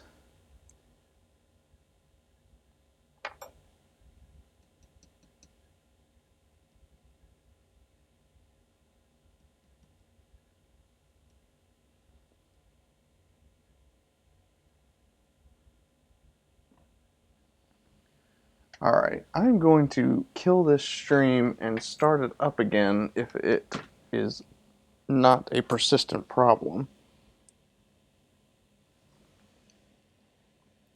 Give me just a moment. Oh, she said video is still live.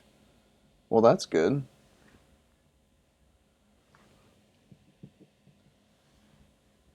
Interesting. Well, I'm going to kill this real quick and maybe come back if I can get my cameras working again, because this stuff actually is cured, but I'm not seeing it as cured on my YouTube feed, which indicates to me that the video is frozen, but my voice is still going. Alright, I will be right back if everything is okay. If not, I'll mention something on Discord and say, hey, my computer's totally borked.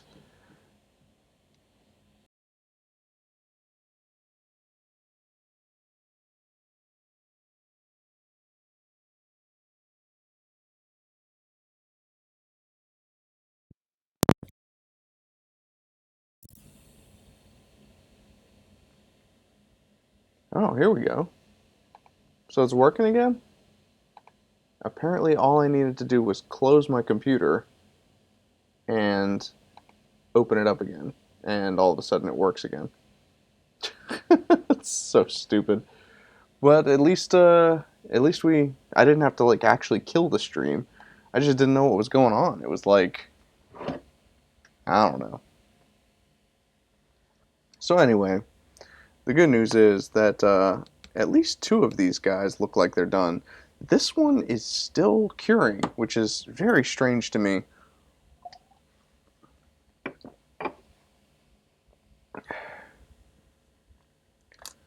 Um, oh yeah, that guy's got like some stuff dripping out the sides here.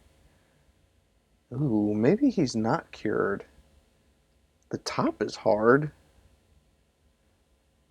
I mean, it's been like 20 minutes on some of these. I'm gonna go for it.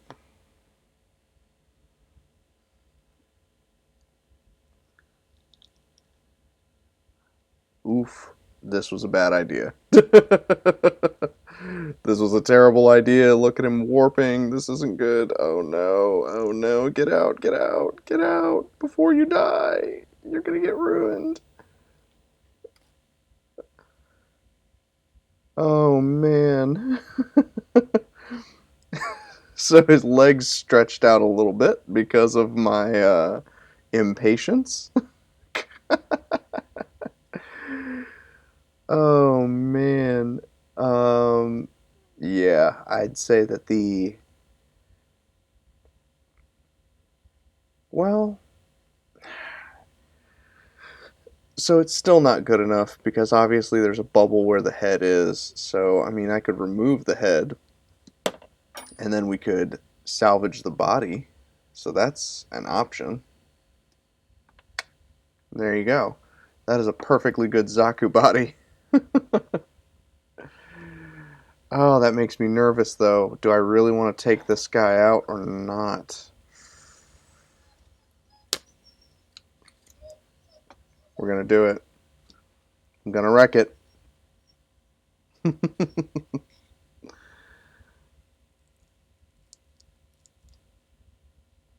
Oh man, yeah, he's still slimy. Okay, so if there's one thing that I can take away from this, it's that because I did not wipe the thinner off that brush, it completely ruined the cure time on the resin. That's exactly what this is. Ugh, getting plastic everywhere. So, that was a failure. I would say that the only success I've had this evening is with the injection molded, yeah, the injection molded Zaku. Unless this guy turns out to be a total stud, but I'm not going to open him just yet because obviously the cure time has been delayed due to the thinner that I had on my paintbrush. Um, yeah, I mean, I guess the good news is that the brush is not totally borked, but it's not great.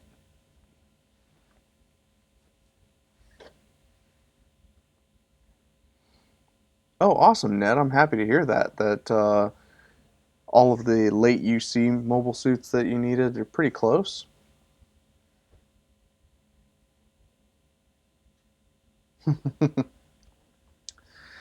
Well, I think I am going to call this stream a night, and I'll probably do another live stream this week, opening up this guy and the putty version. Um, but I appreciate you guys sitting with me through all these failures. You can see like the Solo Cup logo on the bottom of this base, and hopefully later this week I'll have this guy like painted and have some cool stuff for you. Actually, I wonder. Oh no, I don't have the right drill bit handy. Cool. Well, thank you guys for tuning in. I hope that this was educational. It was definitely a learning experience for me, and we'll play with some more ideas later on down the road. Thanks again, guys. I will catch you later.